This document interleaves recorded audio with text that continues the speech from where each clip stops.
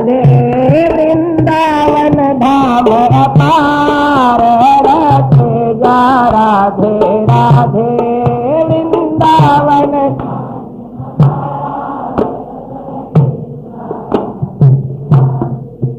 तो विषयों में क्यों डोले, तो पाप पुण्य क्यों तोले, तो विषयों में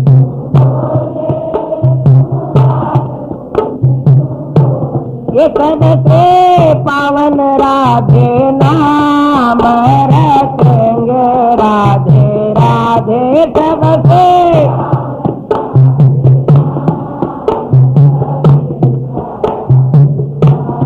चल मन वृंदावन के धाम रखेंगे राधे राधे चल।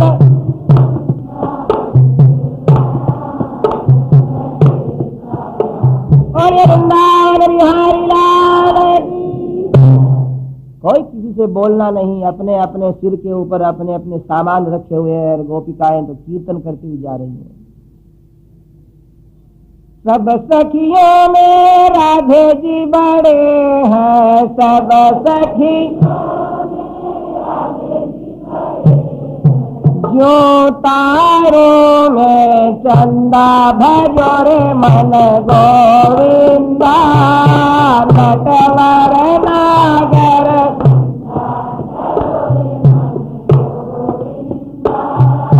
श्याम सुंदर मुख चंदा भजो रे मन। और वृंदावन बिहारी लाल की। वहां सुनने वाला है ही नहीं कोई, बात तो सुनाने वाले हैं। पर कोई हमें सुने इसलिए नहीं सुनाने वाले हैं, अपने मस्ती में गाने वाले हैं, किसी के बुलाए हुए नहीं गाते हैं, किसी से कुछ प्राप्त करने के लिए नहीं गाते हैं, कोई हमारे पुस्तक पे भेंट चढ़ावे इसलिए नहीं गाते हैं। वहां केवल कृष्ण के लिए देना है। जिन गोपिकाओं ने सब कुछ छोड़ दिया, उस भजन को सामान्य मत समझना। जहां गोपिकाओं ने कहा है कि बंसी की आवाज मैं तो सेज पोढ़ता सुनी वो, परण्यो रोवती छोड़ाई रे नंदलाला है, ये त्याग किसी में नहीं है। शुश्रूषन्ते है पतिन काश्चिद, लिखा वेद व्यास जी ने कि रात्रि के अंदर पतियों के पांव दबाती हुई गोपिकाएं जब अपने श्याम सुंदर की बांसुरी सुनती हैं तो छोड़ चली। पति ने कहा कहाँ जा रही हो? बोले पति नाम, पतियों के पति के पास जा रही है। वो बांसुरी के निनाद से भगवान की होने वाली गोपिकाओं ने जब भगवान कृष्ण से कहा कि आप हमारे प्यार से प्रसन्न होकर के हमारा कुछ वापिस उपकार करेंगे, तो श्याम सुंदर ने कहा कि मैं देवताओं की उम्र लेकर के भी अगर आप लोगों के पास रहूं तो भी तुम्हारे प्रेम का बदला नहीं चुका सकता। और गोपिकाएं गिर पड़ी चरणों में कि कृष्ण चुका दिया सब कुछ आपने। वो वृंदावन के वासी मुक्ति ने कहा, मुक्ति कहे गोपाल से मेरी मुक्ति बताए। गोपाल कृष्ण से मुक्ति ने कहा मेरी मुक्ति बताओ, तो भगवान गोपाल कहते हैं पड़ी रहो या गेल में भक्त जहां से आ जाए, उड़ उड़ रज मस्तक पड़े सहज मुक्ति हो जाए। जिन वृंदावन वासियों के चरणों की धूल से मुक्ति की मुक्ति होती है, वहां उद्धव जाकर के सोचते हैं माँ यशोदा को प्रणाम किया, नंद बाबा ने स्वागत किया और भोजन करने लगे। भोजन करते समय उद्धव ने आखिर मथुरा के चटोरे थे उद्धव, कई प्रकार के व्यंजन वहां पाते थे। यहाँ दूध है, दही है, शाक है, सब है, किंतु मिर्ची नहीं किसी में। तो यशोदा से पूछा उद्धव जी ने कि बात तो करें कुछ शुरू। अभी तक तो बात सुनने का अवसर ही नहीं आया, बात शुरू कैसे करी कि माँ आपके यहाँ मिर्च नहीं डालते क्या? बोले हाँ नहीं डालते। क्यों? अब यशोदा कहने लगी कि उद्धव तुमने तो उस कृष्ण को बड़े होते हुए देखा, उसको छुटपन में तो हमने ही देखा है, बड़ा चंचल था। कहते कहते रो पड़ी और ऐसा चंचल था कि इसके बाबा कभी कृष्ण और बलराम को साथ लिए बिना जीमते नहीं थे। उद्धव, तुम उन कृष्ण के साथ एक थाली में बैठ के जीमते हो? बोले नहीं नहीं, वो जीम लेते जब मैं जीमता हूं। बोले हमारे यहाँ ऐसा नहीं था। आपके यहाँ क्या था? बोले एक थाली के अंदर गोपाल बैठता और सारे के सारे वृंदावन के गोपाल आ जाते, वो उसको ग्रास देते, वो उसको ग्रास देते।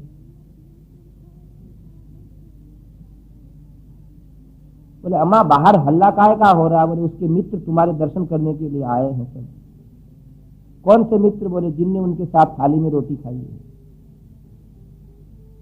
तो एक दिन उद्धव जी नंद बाबा भोजन करने की तैयारी में थे और गोपाल आए चुपचाप, और आते से ही बैठ गए, और बैठने के बाद लड्डू तो नहीं खाया और योग से चटनी को अंदर अंगुली डाल करके चटनी चाट गए। तो मिर्ची डली हुई थी तो रो पड़े, कई देर तक रोए। तब से बोले हम वृंदावन वासियों ने नियम ले लिया कि हमारे वृंदावन में मिर्ची भोग ही नहीं लगेगी, बनेगी ही नहीं। अरे उद्धव, हम तो उसके प्रेम में आज भी मिर्ची नहीं खाते हैं, पर वो तो हमको छोड़ के चला गया। ये वही आंगन है, ये वही गिरिराज है। देख गायों की क्या हाल है। उद्धव ने पूछा, या कुछ न पूछे तो ही ठीक है।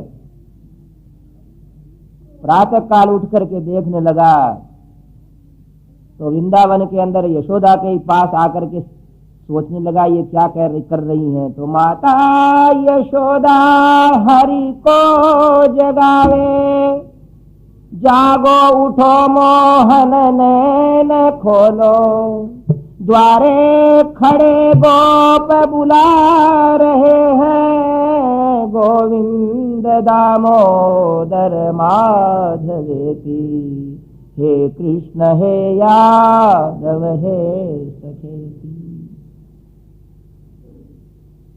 सोचते हैं कि इनकी माँ है, बहुत ज्यादा इनके पास रहे इसलिए कह रही है। नंद बाबा देखें क्या करते हैं। तो नंद बाबा अपने कृष्ण के एक मधुर से मधुर स्वरूप को बनाए हुए थे चित्र के रूप में। उद्धव देख रहे हैं नंदराय जी क्या कर रहे हैं। गोविंद मेरी यह प्रार्थना है, और धोले केसों में उनके आंसू की निर्झरनी बह उठी। भूलूं न मैं नाम कभी तुम्हारा, निष्काम होकर दिन रात गाऊं, गोविंद दामोदर माधवेति, हे कृष्ण हे यादव हे सखेति। उपनंद जी के यहाँ गए, वो बोल रहे हैं भगवान के चित्र के दर्शन करके, देहांत काले तुम सामने हो, बंसी बजाते मन को लुभाते, गाता यही मैं तननाथ त्यागूं, गोविंद दामोदर माधवेति। अब उनका घर तो छोड़ दिया और गया उस वृंदावन के गांव में। तो गोपिकाएं गोपी दधी छाछ बिलो रही है, मीठा करे शब्द बड़ा मथानी, गाती मथानी संग नारी सारी, गोविंद दामोदर माधवी। कोई धूल का कण भी उसे ऐसा नहीं मिला जिसमें कृष्ण की ध्वनि नहीं हो गई। तब गोपिकाओं ने घेर लिया उद्धव से और कहा कि क्या बात है। हम तो उद्धव गांव की ग्वालिन, ज्ञान ध्यान हम क्या जाने, हमारी और मोहन की बातें वो जाने या हम जाने। अरे उद्धव, तू क्या हमसे पूछेगा, क्या हम बताएंगे? या तो हम जान सकती हैं या वो जानते हैं। इसलिए कहते हैं कि ये उद्धव 6 महीने रहा और जब वापिस गया तो जाकर के वहां बोलता है, बोले वृंदावन बिहारी लाल की। मथुरा नाथ की जय बोलना बंद कर दिया उद्धव ने। इसलिए देखो, जो भगवान के लिए रोते हैं ना, उसके लिए भगवान रोते हैं। आपको राम कब रोते हैं? राम दिन में नहीं रोते हैं, राम भी वहां रात्रि में रोया करते हैं। किसके लिए? अभी जो भाई भरत आने वाला, उसकी याद के लिए। इस संसार के अंदर सज्जनों, प्रभु की अत्यंत कमनीय एकांत लीलाओं को सुन सुन करके, श्रवण कर करके विरह के गीत गाने वाले व्यक्ति अवश्य इस संसार के दुख को अपने शरीर के आंखों से निकाल करके सुख के साम्राज्य को आमंत्रित करते हैं। थकान उतर जाती है अगर 4 आंसू प्रेम के भगवान की आंखों में से निकल जाए। आप कुछ खरीद सकते हैं, किंतु प्रेम मिलना है तो भगवत कथा में, भगवत चर्चा में। सुमंत्र सोचता है कि जाऊं कि नहीं अयोध्या में। कोई किसी से नहीं बोलता, नेत्र नीर से भरे हुए। कोई किसी से नहीं बोलता, नेत्र नीर से भरे हुए। देख देख के राजमार्ग को मूर्छित सारे हुए हुए। जिस मार्ग से वो रथ गया था, उस राजमार्ग के ऊपर सब बेहोश हुए पड़े हैं। सुमंत्र अपने रथ को लेकर के जब आया, सराज मार्ग मध्य न सुमंत्र है, पिहितानन है यत्र राजा दशरथ तदेवोपययौ गृहम्। कपाट खुले हुए पड़े हैं, सारे झरोके, झाड़ू निकली हुई नहीं है। आज 4-5 दिन हो गए। कवि लोग कहते हैं कि सांझ सवेरे अवध रो रहा, मेरा प्यारा राम कहाँ। सरयू जी का तट भी रो रहा, सबका दुलारा राम कहाँ।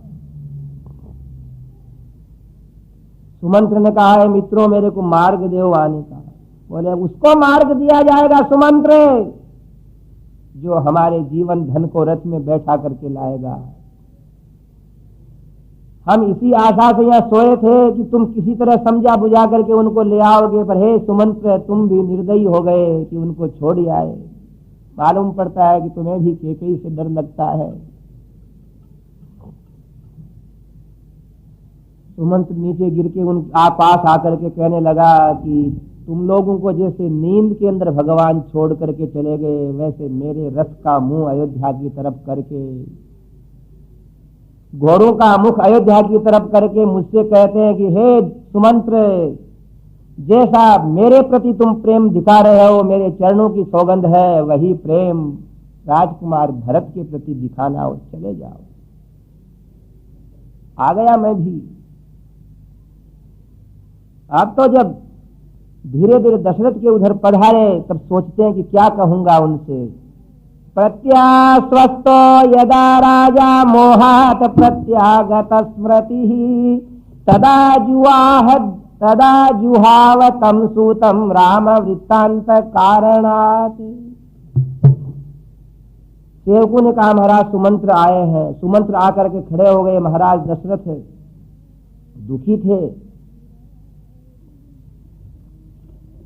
इसलिए मालूम भी नहीं पड़ रहा कि कौन आया है कौन गया है। सारी रनिवास के अंदर रानियां रो रही हैं। ऐसे में सुमंत्र ने जाकर के कहा, महाराज मैं आपके प्रिय पुत्र राम के पास से आया हूं। क्वनुवत्स्यसि धर्मात्मा वृक्ष मूलम उपाश्रित है, सोत्यंत सुखित सूत किमशिष्यति राघव। क्वनुवत्स्यसि धर्मात्मा दुःखस्यानुचितो दुःखं सुमंत्र शयनोचितः, भूमिपालात्मजौ भूमो शेते कथमनाथवत्, यम यान्तमनुयान्ति स्म पदातिरथ कुञ्जराः, सवत्स्यसि कथं रामो विजनं वनमाश्रितः, व्यालैर्मृगैराचरितं कृष्णसर्पनिषेवितं, कथं कुमारौ वैदेह्या सार्धं वनमुपाश्रितौ, क्वनुवत्स्यति धर्मात्मा।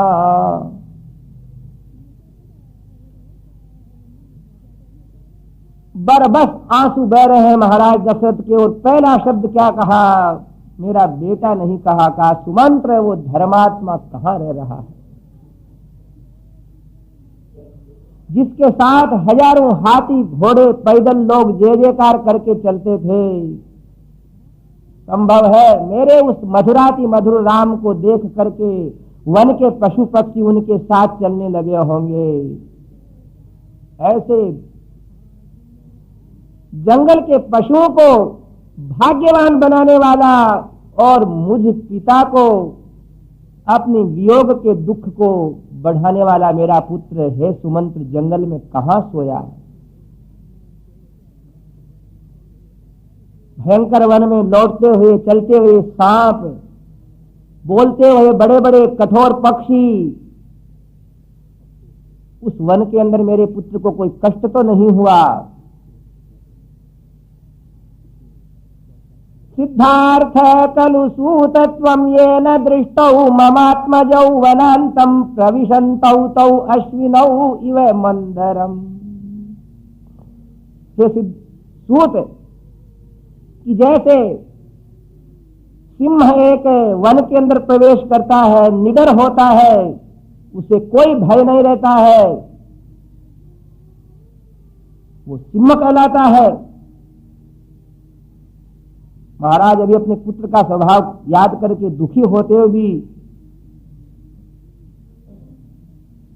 कुछ उत्साह प्राप्त करते हैं कि कोई राजा की सवारी निकले, चाहे कोई भी निकले, वन में जैसे सिंह बैठा बैठा किसी की परवाह नहीं करता है, वैसा मेरा नरसिंह पुत्र जिस समय वन के अंदर गया है और तुमने सुमंत्र उसको देखा है, तेरे नेत्र अवश्य धन्य हो गए होंगे।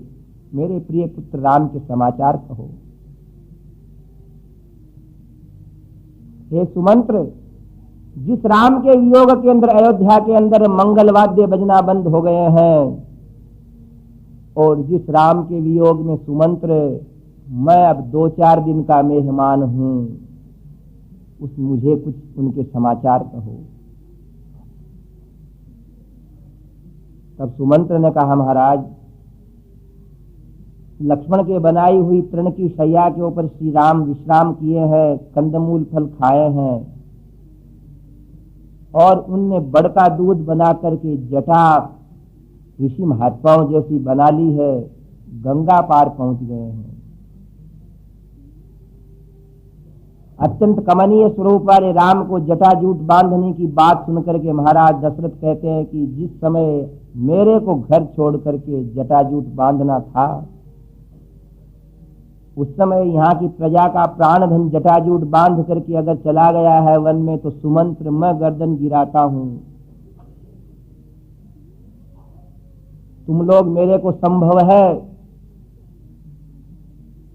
अब श्मशान की ओर लेकर ही जाओगे।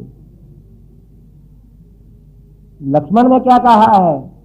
बोले महाराज लक्ष्मण की बात पूछो मत। अहम तावन महाराजे पितित्वं नोपलक्ष्ये भ्राता भरता च बंधुश्च पिता च मम राघवः। मैंने पूछा लक्ष्मण से कि पिताजी को कोई समाचार कहना है क्या? तो बोले लक्ष्मण रो पड़े, अरे किसके सुमंत्र पिता? पिता अपने ऐसे प्रिय बेटों को जंगल में नहीं भेजता है। अहम तावन महाराजे पितित्वं नोपलक्ष्ये, मैं दशरथ के अंदर पितृत्व देखता ही नहीं है। भ्राता भरता च बंधुश्च पिता च मम राघव, मेरे तो भाई स्वामी और बंधु पिता सब श्री राम है। लक्ष्मण कह रहे हैं कि दशरथ में पितृत्व होता तो ऐसे पुत्र को वन में नहीं भेजते। और दशरथ कहते हैं कि हे सुमंत्र, मेरे मन की बात कह दी लक्ष्मण ने, वास्तव में मुझे कौन पिता बताएगा? सुमंत्र सत्य की रक्षा ऐसी है। जानकी महाराज वन के अंदर थोड़ी शांत हो गई थी, क्लांत हो गई थी, ऐसे दर्शन हमने किए और मैं यहां आ गया, उनने मेरे को भेज दिया। अपने पुत्र की ये दशाएं सुनकर के कौशल्या को दुख आया।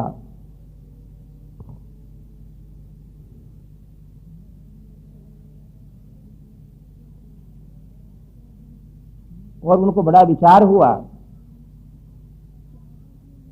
कि संसार के अंदर ये एकदम क्या रचना हो गई, जो 7 दिन के पहले हम क्या सोचते थे और आज क्या हो गया है। मन के अंदर विचारधाराएं शांत नहीं हो रही थी। महाराज दशरथ, हा राम रामानुज हा हा वैदेही तपस्विनी न माम जानीत दुखेन म्रियमान मनाथवत। हे राम, हे लक्ष्मण, हे वैदेही, तुम मुझे मरते हुए को वन में बैठे हुए देख नहीं रहे हो। मालूम पड़ता तुम तो वन के सौंदर्य को देखने लग गए हो। अरे रघुनंदन, पितृदेवो भवः, ये ऋण जब चूकता है जब पिता को अपने हाथ से पुत्र श्मशान के अंदर अग्नि प्रदान करता है। तुम अगर वन में जाकर के मुझे सत्य वचन कर दोगे तो क्या तुझ जैसे पुत्र से मुझे दशरथ को अगर मृत्यु के उपरांत अग्नि नहीं प्राप्त होगी तो तुमने मेरा कौन सा कर्तव्य निर्वाह किया। ऐसे अचिंतनीय बातें सोचते सोचते जब दुखी हो गए तो कौशल्या को आज बड़ा दुख हुआ और कहा, हे महाराज दशरथ, आपने 14 वर्ष के लिए वनवास नहीं दिया, मेरे बेटे को हमेशा के लिए वनवास दे दिया। क्यों? कि जैसे सिंह शेर किसी दूसरे के द्वारा उपभुक्त वस्तु को नहीं खाता है, वैसे ही मेरे राम अगर भरत राज्य ले लेगा तो कभी भी उसको छुएंगे नहीं। मैं राम का स्वभाव जानती हूं। जैसे उत्तम ब्राह्मण दूसरे लोग भोजन कर लेते हैं उसके बाद भोजन नहीं करते हैं, वैसा मेरा नरसिम्हा श्री राम छोटे भाई के द्वारा उपभुक्त वस्तु को त्याज्य समझेगा। और दुख में क्या कह दिया महाराज दशरथ को कौशल्या ने, ये बात और कहीं नहीं कही गई, रामायण में लिखा है कि महाराज जैसे मत्स्य अपने जन्म देने वाले बच्चों को निगल जाता, वैसे आपने ही राम को वनवास दे दिया, अब रो क्यों रहे हो। और ये वचन सुना महाराज ने और अब तो रहा सहा शोक भी, धैर्य भी उनका चला गया। बोले जब कौशल्या ने मेरे को ऐसा कह दिया तो जीने में सार क्या है। एवं तो क्रुद्धया राजा राम महत्रा सशोकया श्रावित है परुषम वाक्यम चिंतयामास दुखित है। और महाराज बहुत समझदार थे, उन्होंने कहा ठीक तो कहा है। तब कहा कौशल्या, मैं तुम्हारे को हाथ जोड़ता हूं। सुना है मैंने सेवकों से इस अयोध्या के अंदर कोई शांत स्वभाव वाली क्षमा परायण नारी है तो कौशल्या है, और आप भी मेरे को ऐसा कहेंगी तो बताओ मेरा जीने का अधिकार क्या है। महाराज दशरथ ने हाथ जोड़े, उसी समय कौशल्या पांव में पड़ गई उनके। देखो नारियों, कोई पति तुम्हें हाथ जोड़ करके मनावे ऐसा अवसर मत आने देना। प्रसीद शिरसायाचे भूमौ निपतितास्मि ते याचितास्मि हता देव क्षंतव्याहम नहीं त्वया। हे पतिदेव, मैं आपके चरणों में गिर गई हूं, मुझे क्षमा कर देना। वो नारी इस लोक में सुख नहीं पाती है जिसको पति हाथ जोड़े। शोको नाशयते धैर्यम शोको नाशयते श्रुतम शोको नाशयते सर्वम नास्ति शोक समो रिपुः। चिंता है वो धैर्य को नष्ट कर देती है, ज्ञान को नष्ट कर देती है, सब कुछ नष्ट कर देती है। चिंता के समान कोई शत्रु नहीं है। इसलिए राम वियोग में, उनके शोक में मैंने जो कुछ कह दिया, मेरे को आप क्षमा कर देना। ऐसा वापिस पश्चाताप भी करती है। और अब आधी रात का समय ऐसा था,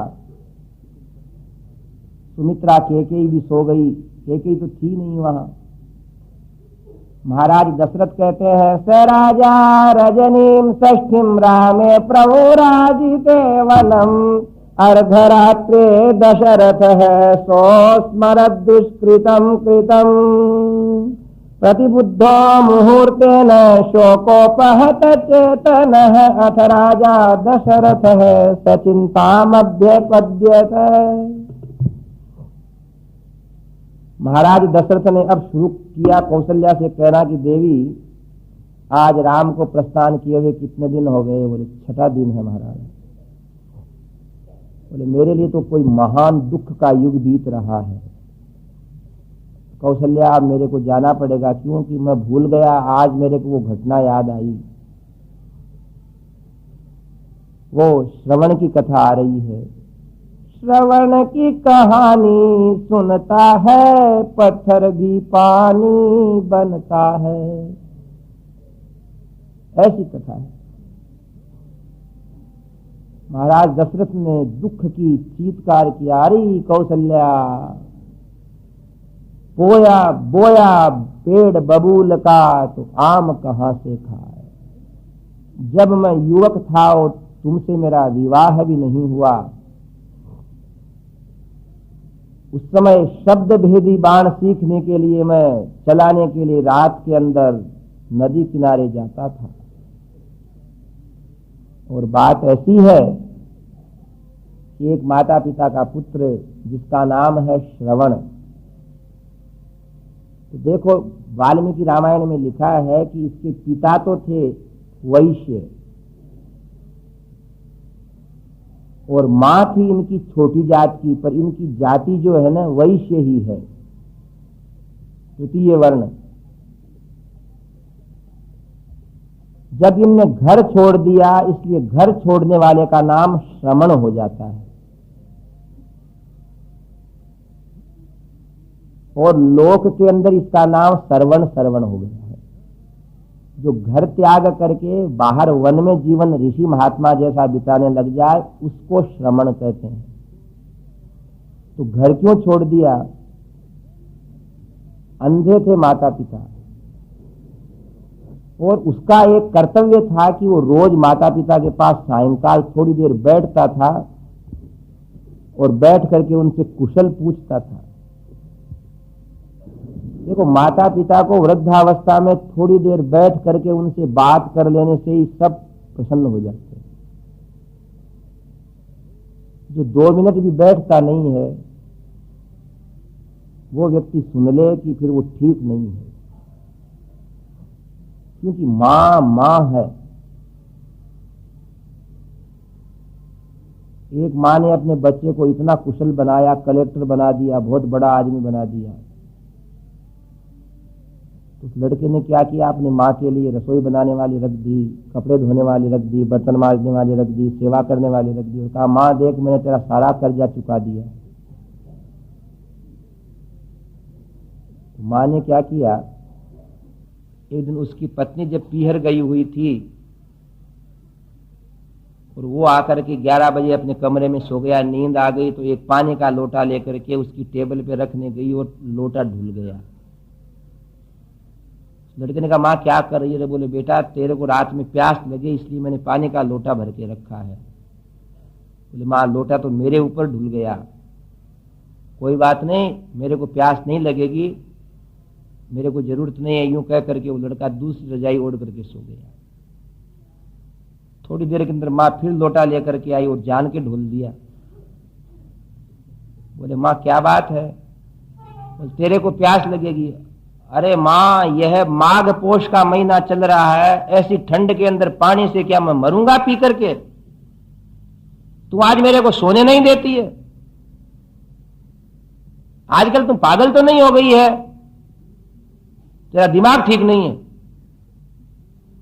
उस माँ ने कहा बेटा, एक दिन पानी ढोल दिया जिसमें मेरा दिमाग ठीक नहीं है, और तेरे को मैंने किस किस प्रकार बचपन के अंदर रोग शोक के अंदर पाला है, उन दिनों को भूल गया तू? तू तो कह रहा था कि तेरा सब कर्जा चुका दिया। तो आपके मुंह को देखते ही रहे कि मेरा बेटा थोड़ी देर मेरे पास बैठेगा, और अपन महीने में ही नहीं बैठे। तो वो श्रमण रोज उनसे पूछता। आज उसने पूछ लिया कि माँ, आज खीर कैसी बनी? तो माँ ने कहा बेटा अच्छी बनी। इतने में वो श्रमण समझ गया कि इसने देर से उत्तर क्यों दिया।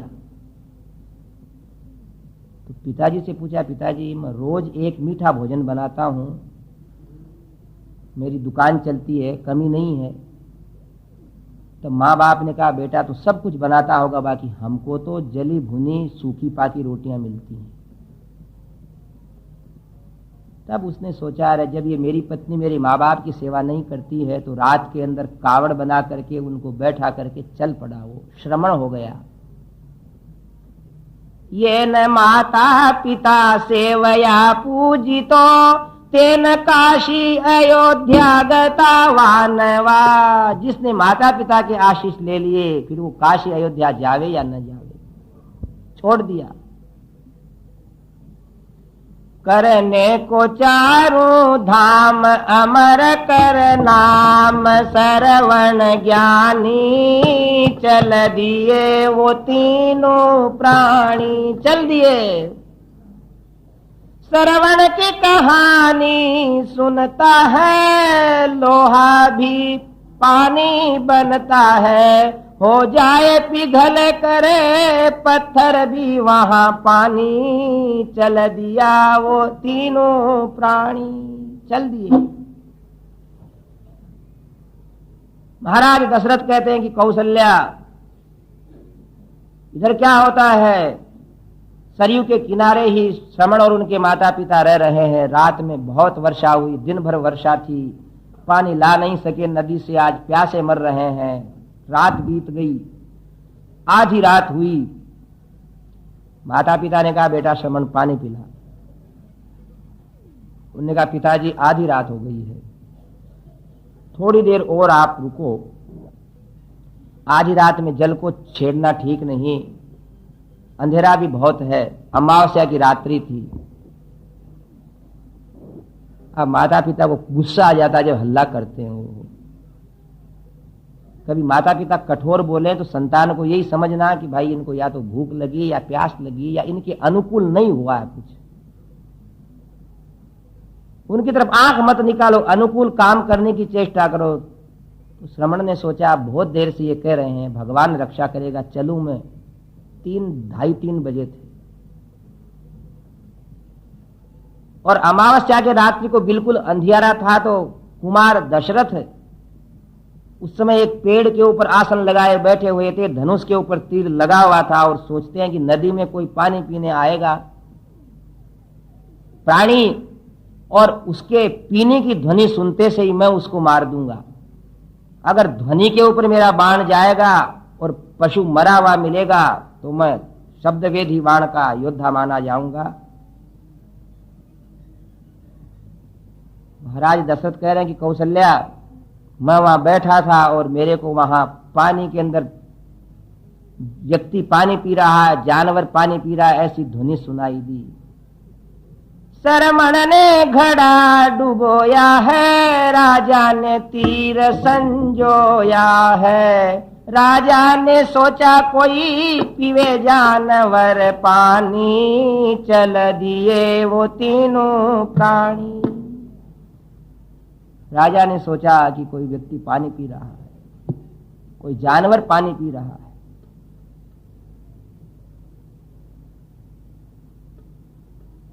तीर छोड़ दिया उनने।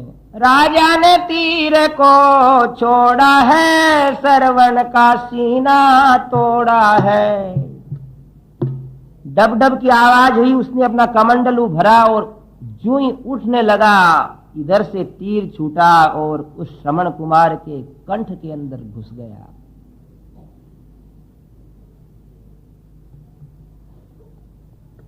दशरथ कह रहे हैं कि कौशल्या, मैं कूदा पेड़ के नीचे से, सोचा कि कोई चीत्कार करता हुआ हाथी या गेंडा या भैंसा या शेर गिरेगा, किंतु आवाज आई, कथम अस्मद विधे शस्त्रम निपते च तपस्विनी प्रविविक्ताम नदीम रात्रौ उदाहारो हमागत है। कि अरे हमने किसका क्या बिगाड़ा है जो मुझ जैसे तपस्वी को किसी ने बाण से आज मार करके मुझे नहीं मेरे अंधे माता पिता को भी मार दिया है।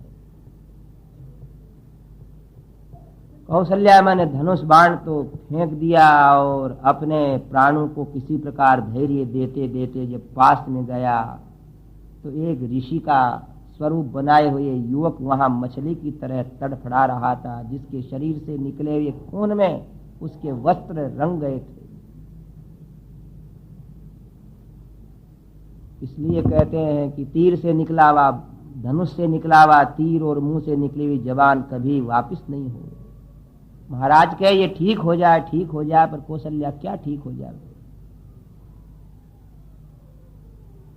ताम गिरम करुणम श्रुत्वा मम धर्मानुकांक्षिणः कराभ्याम सशरम चापम व्यथितस्या पतद्भुवि। उसको देखते से ही मेरे समझ में आया कि ये धनुष और बाण रखना मेरे लिए पाप का कारण बन गया, पर मैं दंड लेने के लिए वहां स्थिर हो गया कि तपस्वी जो कुछ कहता है सुन लो। पर इतना सात्विक था देवी, इतना सात्विक है कि मुझे देख करके कहा कि हे महाराज चिंता मत करो, मैं ब्राह्मण का बालक नहीं हूं, फिर भी तपस्वी हूं, आपको पाप बहुत लग जाएगा, मरता हुआ भी मैं आपका कल्याण सोच रहा हूं। इसको कहते हैं साधु पुरुष। नहीं तो मेरे अंधे माता पिता न जाने आपको क्या शाप देंगे। ये पगडंडी मेरे माता पिता के आश्रम में जाती है, वो प्यासे हैं, उनको आप पानी ले जा करके दे दो, मेरा तीर निकाल दो, पीड़ा हो रही है जिससे मैं मर जाऊं। महाराज दशरथ कहते हैं मैंने तीर निकालते से ही उसने आंखें पलट दी और मैं पानी का पात्र लेकर के उनके पास गया। वधम अप्रतिरूपम तु महर्षेस्तस्य राघवः विलपन्नेव धर्मात्मा कौसल्याम इदम अब्रवीत। आगे कह रहे हैं महाराज दशरथ कौशल्या से कि जब मैं गया तो मेरी ध्वनि को पहचानते हुए धीरे धीरे चल रहा था। उन्होंने कहा अरे पुत्र, आज हमने रात भर तुम्हें जल्लाने का कहा तो तुम क्रोध के अंदर देर करके आ रहे हो। हमारे नेत्र नहीं है, हम तुमसे नहीं मांगेंगे तो किससे मांगेंगे? धीरे क्यों चल रहे हो? जल्दी आओ, हम प्यासे हैं। कौशल्या मेरे पांव और धीरे धीरे चलने लगे और सोचा कि अब इनसे क्या कहूं। जो अंधों की लकड़ी थी, जो इनको भोजन कराते थे, उस पुत्र के वियोग में मुझे ये क्या कहेंगे? फिर भी मैं जाकर के बोला क्षत्रियो हम दशरथो ना हम पुत्रो महात्मनः सज्जनामतम दुखम इदम प्राप्तम स्वकर्मजम। हे महात्माओं, तपस्वियों, मैं आपका पुत्र नहीं हूं, मैं महाराज दशरथ कुमार दशरथ हूं, अज का बेटा, और मैं धनुष बाण लेकर के आया था। इतने में वो माँ बाप दोनों रोने लगे। अरे महाराज तुम कौन हो? हम तो माला फेरने वाले लोग हैं, भजन गाने वाले, तुम धनुष बाण का क्यों नाम ले रहे हो? क्या कहोगे? हमारे ऊपर कौन संकट पड़ने वाला है? अरे हमारा पुत्र नहीं आया, इससे मालूम पड़ता है कि हमारे को अब ऐसी भयंकर सूचना मिलेगी जिसको सुनकर के हम जिएंगे नहीं। हे राम, हे भगवान। कौशल्या से महाराज दशरथ कहते हैं कि हे कौशल्या, वो घड़ी बहुत दर्द भरी हुई थी जिस समय उनने रुदन शुरू किया। जंगल रोने लग गया, सुबह के पक्षी बोलने वाले थे, उनने चहचहाना बंद कर दिया। मैंने कहा कि महाराज मैं धनुष बाण लेकर के आया और नदी में आपके बेटे ने अंधेरे के अंदर पानी का कमंडलू डुबोया और मैंने सोचा कोई प्राणी आया, मेरे तीर से आपका बेटा अब नहीं रहा है। तब कौशल्या उन दोनों तपस्वियों ने कहा कि हे महाराज, यदि इस पाप का तुम आकर के हमें खुद कहते नहीं तो इसी तरह तुम्हारे सिर के 100 टुकड़े होकर के समाप्त हो जाता। पर हे दशरथ, तुमने आकर के कह दिया, इसलिए तुम अभी बचे हो। हमारे पुत्र के पास ले चलो हमको। मैं दोनों को वहां उनके पास ले आया। तब अपने बेटे को उनने गोद में लेकर के वरदान दिया, अपापोसी यथा पुत्र निहत है पाप कर्म संग्रामेश्व निवर्तिन है हतास्त्वभिमुखा पुत्र गतिम ताम परमाम व्रज। कि हे पुत्र, जहां शूरवीर जाते हैं, दान धर्मी जाते हैं, भजन पूजन यज्ञ यागादिक वाले महात्मा जाते हैं, तपस्वी जाते हैं, उस लोकों को प्राप्त करो। कह करके उस कुमार की चिता को उनने आग समर्पित कर दी और उसी समय विमान के ऊपर दिव्य देहधारी उनका बेटा बोलने लगा। माता पिता के आशीर्वाद से वैकुंठ लोक मिलता है, यह सिद्ध हुआ। कहा कि पिताजी माताजी, मेरे को सब कुछ आपकी सेवा से प्राप्त हो गया, आपके भी जीवन के शेष दिन आ गए हैं, आप मेरे शोक में रहोगे नहीं। ये 2 विमान आपके लिए भी खड़े हैं। और ये श्रीमन नारायण भगवान की। वो तो चला गया और उस समय उन दोनों ने अपने पुत्र के वियोग में दुखित होकर के कहा कि महाराज दशरथ, जैसे हम हमारे पुत्र के वियोग में देह त्याग रहे हैं, वैसे तुमको भी अपने संतान के वियोग में शरीर छोड़ना पड़ेगा। ऐसा कह करके वो भी दिवंगत हो गए। उनका भी मैंने दाह संस्कार इत्यादि कर्म कर दिया। और कौशल्या जी, इसी समय मेरा वो समय आ रहा है। और इतना कहते कहते सुनते सुनते कौशल्या भी मूर्छित हो गई थी। 6ठी रात थी भगवान राम के पश्चात प्रस्थान करने के बाद, और आज अर्धरात्रि में सब कोई नहीं है उनसे बात करने वाला महाराज दशरथ से। हा राघव महाबाहो हा ममायास नाशन हा पितृ प्रिय में नाथ हा ममास्मि गत सुत। हा राघव, अकेले उठे। हे रघुनंदन, हे मेरे दुख को दूर करने वाले, हे पिता के प्रिय पुत्र। और आखिर में कहा कि हा नाथ,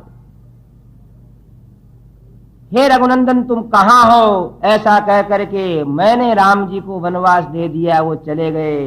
राम राम कही राम कही, राम कही पुनि राम।